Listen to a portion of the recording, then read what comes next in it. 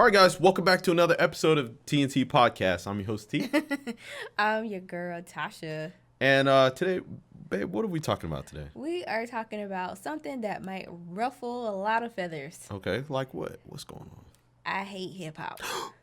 Why you gotta be like that, babe? What? I don't necessarily hate it. I hate the way it is today. Okay. Oh, I think, you know what? I think a lot of people are like that. Really? Yeah. Well, before we jump into it, make sure to stay to the very end. We're going to announce the winner of last week's podcast, as well as pick a new winner and tell you how you can enter and win. Yes, exactly. You can win a reaction from us. But anyway, let's go ahead and jump into this. So why do you hate hip-hop?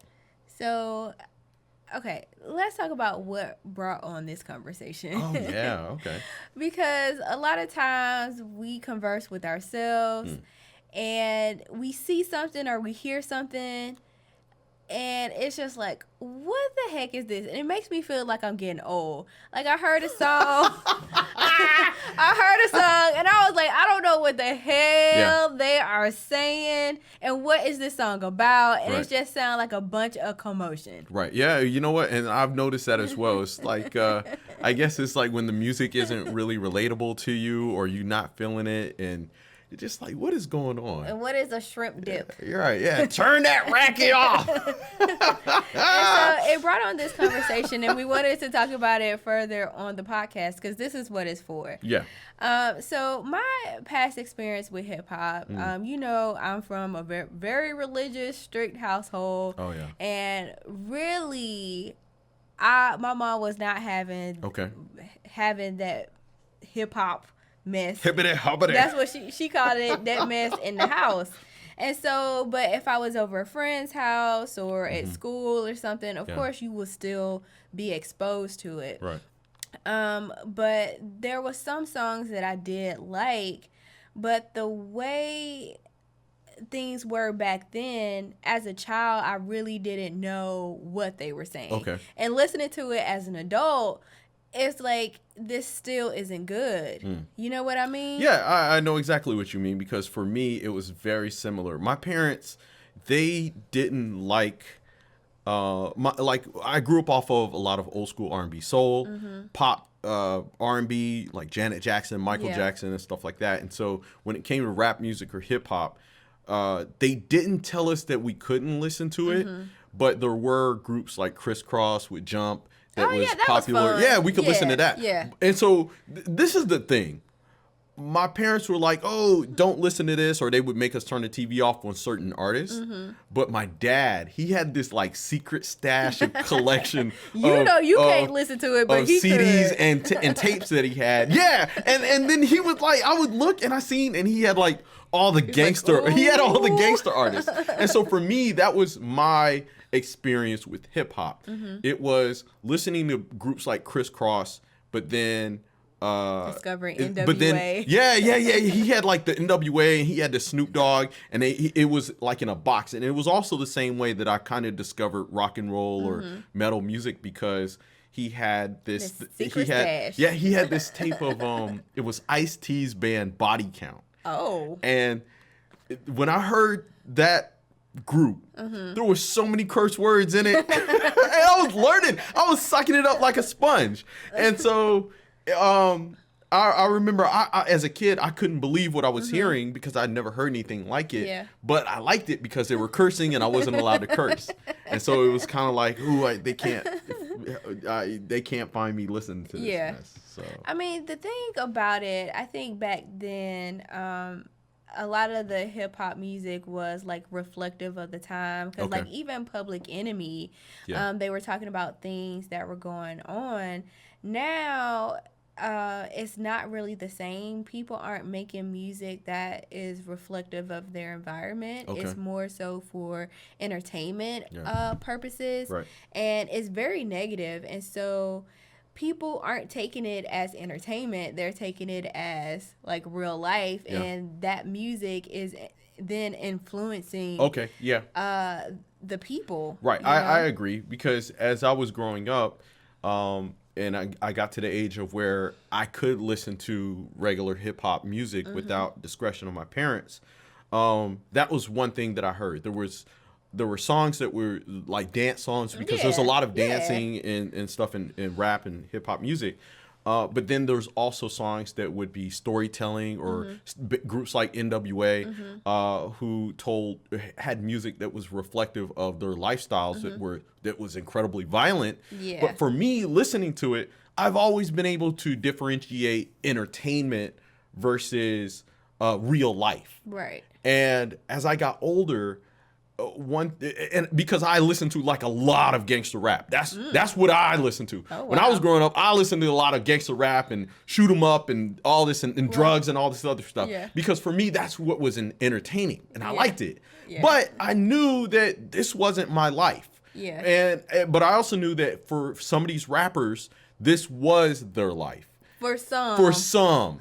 But as you get older and you start realizing what's really going on, you see a lot of them are telling these stories to make money. Yeah. And so I've always been able to differentiate between entertainment and real life. But then I seen that there were people that couldn't.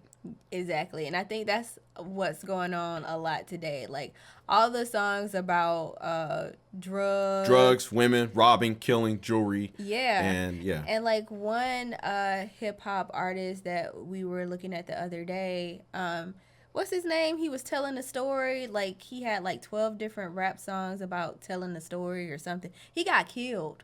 You know, what's it called? Oh, King Von. Yeah, he ended up getting killed like in real life. Yeah, you know? but that's something that we've seen growing up with a lot of popular artists. You know, there's all the beefs that people have with each other, and there was the high profile killings of Tupac and Biggie. Yeah, and from there it keeps going. You know, there's situations of that happening all the time, but a lot of times it's exactly what you said. It's life imitating art. You have people who, when they see a rapper say, "I've got tons of money," on camera or on the videos or whatever, and then somebody out in the streets actually says, "You know what? I'm gonna go take this person's they're not about that life." Right, exactly. And so it's really crazy. But that's like a part of the music or the culture that has evolved and become commonplace because now it's normal. And so for me, it was like this realization of seeing people act like these rappers in real life. And when you start seeing the actual violence, and once I became an adult, I was like, you know, I don't want to listen to this kind of stuff anymore. I don't want this stuff to be a part of my life because this isn't me. Yeah, and the vibe isn't right. Like, and the vibe isn't all about the same. energy. Right. And that's why I do love country music. I love R&B.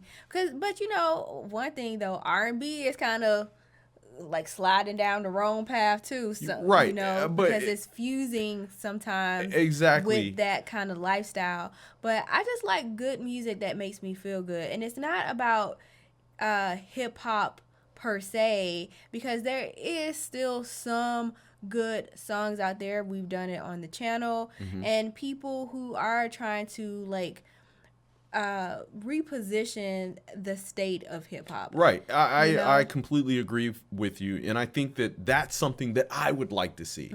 I would like to see hip hop music move kind of back into a more positive space. Yeah, me too. You know, because right now there is just so much negativity that is attached to it, and you see a lot of that negativity from the music and from these artists being perpetrated by people. Like people are actually losing their mind. Yeah, they losing their mind, thinking this kind of stuff is real life. And then it's like you don't see that a lot of these rappers who rap about the negative things that they do. But it's like they're not living that life. They're not living that life. They rich. They rich in the suburbs. Their kids go to private schools. Exactly. And then they sit there and still preach, "Oh, I'm hustling on the street. I'm doing this and that." And it's like, it's like the song coming by T, y'all. But you know, I think that's one thing that has been really cool about doing this reaction channel and being able to explore different genres of music.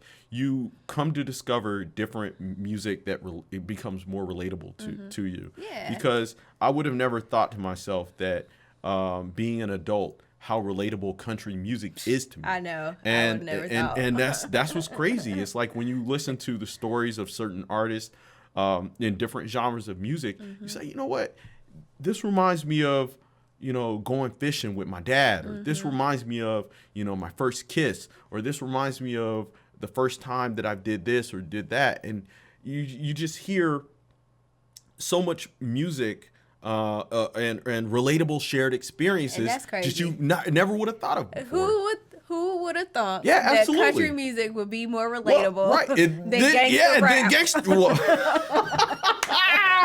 Oh man! Well, you know what? I think that if a lot more Black people were introduced to certain country music songs, they would find that they have more things in common with those artists in that style of music than gangster rap. And it's really not about race, because especially it depends on where you grew up, and the culture is different in certain parts of the country. And so I think if you remove that barrier, because a lot of times we feel like we can't listen to it because some crazy reason as race, then you miss out on a lot. A lot of things. Because me, like, thinking, like, okay, I'm listening to this song and they're like, B, ho, shake that, and doing all this, and it's like, what? It's like, I just can't relate, and I don't want to hear that. And when you hear a country song saying good morning beautiful, or something like that, it's like it makes me feel different and I relate to it. And so that's why we're doing this this channel, because we have a lot more in common than we think we do, and it's not about this, you know what I mean? It's about this. So all right, there you have it. So guys, we would love to continue this conversation down below in the comment section. But for now, we're going to announce the winner of last week's podcast. And this week's winner is Skelly, in which he has requested The Turtles, and the song is called Happy Together. So guys, make sure you stay tuned for that reaction. We'll have it posted up sometime by the end of this week. But wait. Yes. You got to tell people how they can win for next week. All right, so if you want your chance to win a reaction this week, all you have to do is type outlaw and then your request. So the code word is outlaw, and then put your request, and make sure you're subscribed to the channel, because we will be checking. But don't be requesting stuff and not subscribe to the channel. Yeah, exactly. Don't make requests and then you're not subscribed to the channel. Join us tonight for our country music hoedown at 9:30, and of course metal meltdown for all you metalheads at midnight. As always, guys, make sure you like this video, subscribe to the channel, and we will see you guys next time. Ta-ta. Peace.